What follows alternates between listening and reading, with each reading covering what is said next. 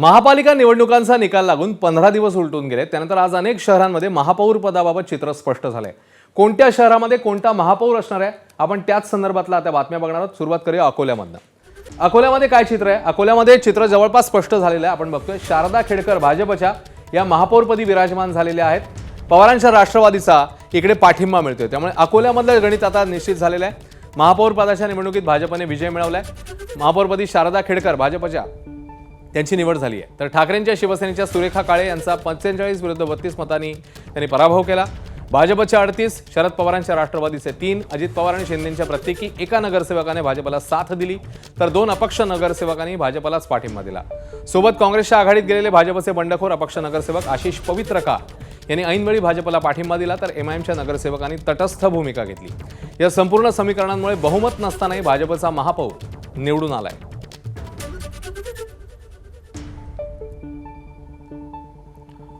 तर अकोला महापालिकेच्या सभागृहात काँग्रेस आणि एमआयएमच्या नगरसेवकांमध्ये जोरदार राडा झालाय. काँग्रेसच्या नगरसेवकांनी धमक्या दिल्याचा आरोप एमआयएम नगरसेवकांनी केला. तर काँग्रेसच्या नगरसेवकांनी एमआयएमच्या नगरसेवकांवर सभागृहात बांगड्या फेकल्या.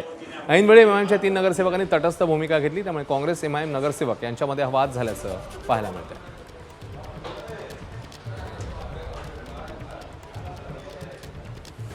क्या बोला? वो दादागिरी कर रहे थे वो। क्या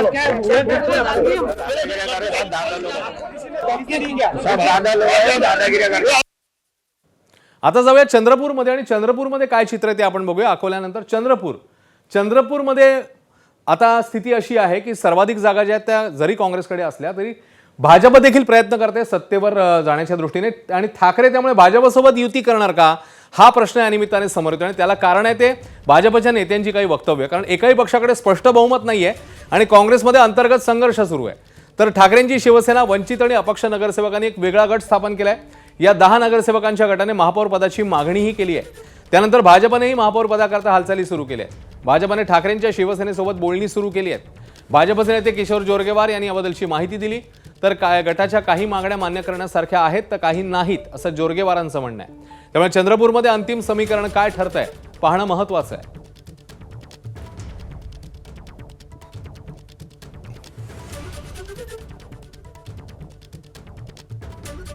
वेगवेगळे जे घटक आहेत त्याच्या सत्ता स्थापनेच्या संदर्भातले त्या सर्व घटकांसोबत आम्ही या ठिकाणी आमचं चर्चा सुरू आहे.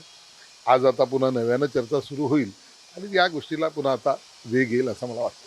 वेगवेगळ्या स्तरावर वेगवेगळ्या लोकांशी त्या सगळ्या लोकांचा संपर्क सुरू आहे. आता याच्यातून एकत्रित जो विचार निघेल तो पुन्हा एकदा आम्ही सर्व नेते मंडळी बसू, चर्चा करू आणि त्याच्यावर पुन्हा पुढे कसं जायचं हे आम्ही एक आता भूमिका ठरवू.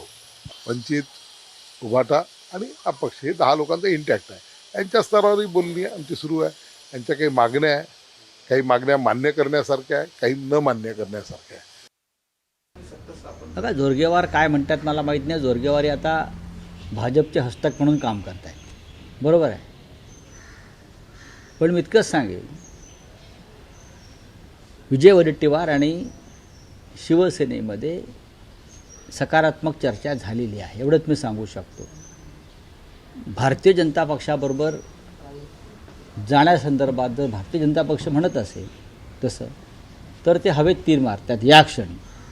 भारतीय जनता पक्षाबरोबर आमची कोणतीही चर्चा अद्याप झालेली नाही. हां, काँग्रेसबरोबर झालेली आहे. तर ठाकरेंच्या शिवसेनेचे जिल्हाप्रमुख संदीप गिऱ्हे यांनी नेमकं काय म्हटलंय, काय प्रतिक्रिया दिली ते बघूया.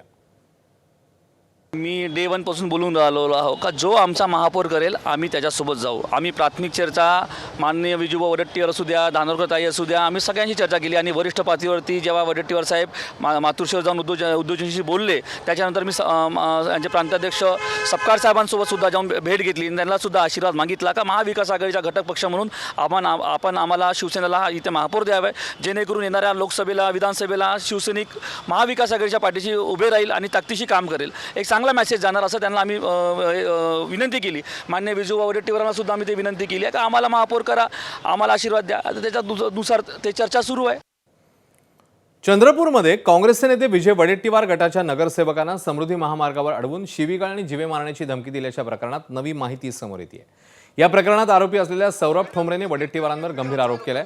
वडेट्टीवारांनी धानोरकर गटाचे 5 नगरसेवक पळवले होते. पळवलेल्या 3 नगरसेवकांबाबत मला माहिती मिळाली होती त्यांचं धानोरकरांसोबत बोलणं करून देण्यासाठी गाडी थांबवली. मात्र त्या 3 नगरसेवकांनीच आपल्याला धमकावलं असा दावा सौरभ ठोंबरेंनी केलाय. त्यामुळे या संपूर्ण प्रकरणालाच आता नवं वळण मिळालंय.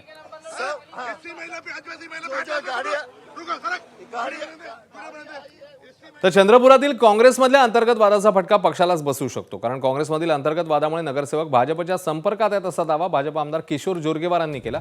काँग्रेसशिवाय इतर 15 नगरसेवकांच्या बळावर चंद्रपुरात सत्ता स्थापन होऊ शकते असा विश्वास जोरगेवारांनी व्यक्त केलाय.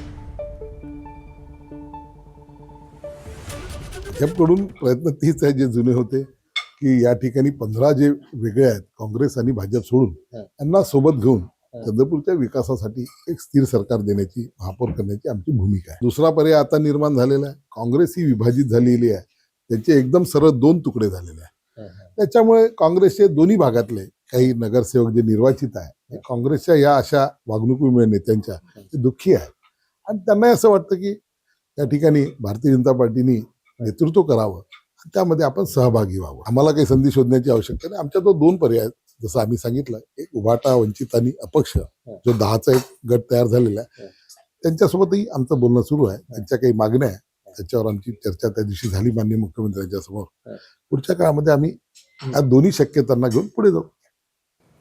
आणि आता जाऊया ठाणे महापालिकेमध्ये. तिकडे नेमकं काय ठरतंय? कारण ठाणे हे एकनाथ शिंदेचं होम ग्राउंड आहे. तिकडे काय ठरतंय नेमकं? तर शिवसेनेचा महापौर, भाजपचा उपमहापौर हे चित्र आता क्लिअर झालेलं आहे. 5 वर्षात 4 महापौर उपमहापौर होणार आहेत.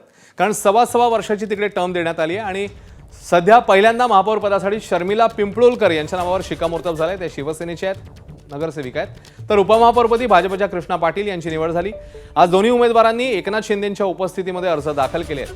महत्त्वाचं म्हणजे ठाण्याला 5 वर्षात 4 महापौर आणि उपमहापौर मिळतील. शर्मिला पिंपळोलकर गायकवाड यांचं महापौरपद आणि कृष्णा पाटील यांचं उपमहापौरपद फक्त 1.25 वर्षासाठी आहे. त्यानंतर नवीन नगरसेवकांना संधी देण्यात येणार आहे.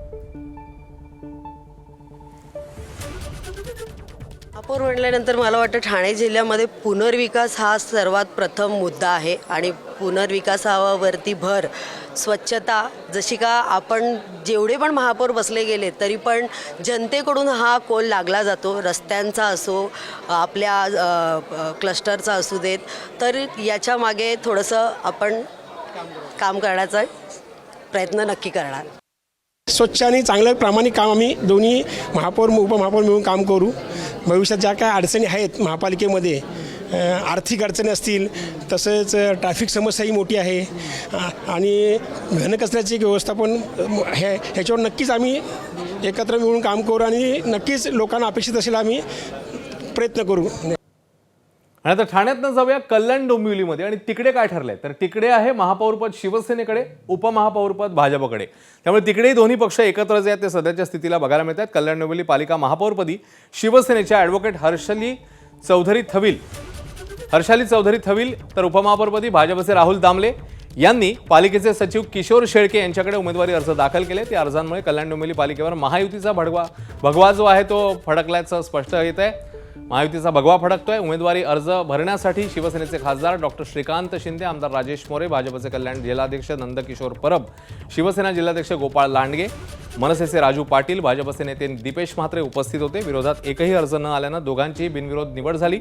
3 फेब्रुवारीला याची अधिकृत घोषणा होईल. तर भाजपचे कल्याण जिल्हाध्यक्ष नंदकिशोर परब आणि जिल्हाध्यक्ष गोपाळ लांडगे हे सगळे मंडळी या सभेला उपस्थित होते. इकडे मीरा भाईंदरमध्ये काय ठरतंय नेमकं तेही बघूया. मीरा भाईंदरमध्ये भाजपच्या डिंपल मेहता या महापौर होत आहेत. डिंपल मेहता यांना महापौरपदी विराजमान होत आहेत. भाजपला बहुमत मिळालं. सत्ता स्थापन करण्याआधी भाजपने आज महापौर उपमहापौर पदाच्या नावांची घोषणा केली आहे. आमदार नरेंद्र मेहता यांच्या वहिनी डिंपल मेहता यांची दुसऱ्यांदा महापौरपदी नियुक्ती होती आहे. तर ध्रुव किशोर पाटील उपमहापौर असतील. नरेंद्र मेहता यांनी याबद्दल घोषणा केली. त्यानंतर डिंपल मेहता, ध्रुव किशोर पाटील यांनी उमेदवारी अर्जही अधिकृतरित्या दाखल केले आहेत. तर वसई विरारमध्ये आज महापौर पदासाठी उपमहापौर पदासाठी नेमकं काय घडलं? बवियाचा महापौर होणार हे निश्चित आहे. कारण मोठ्या फरकाने त्यांनी तिकडे विजय मिळवलेला आहे. महापौर उपमहापौर पदासाठी उमेदवारी अर्ज दाखल करण्याचा शेवटचा दिवस होता. त्यानुसार बवियाने महापौर पदासाठी अजीव पाटील आणि प्रफुल्ल साने यांनी अर्ज दाखल केले. तर उपमहापौर पदासाठी मार्शल लोपिस आणि कन्हैया भोईर यांनी अर्ज दाखल केले. दुसरीकडे भाजपने मात्र विरोधात बसण्याचाच निर्णय घेतला. भाजपचे गटनेते अशोक शेळके यांनी ही माहिती दिली. वसई विरारमध्ये बवियाचे 71 नगरसेवक आहेत तर भाजपचे 43 नगरसेवक पाहायला मिळतात.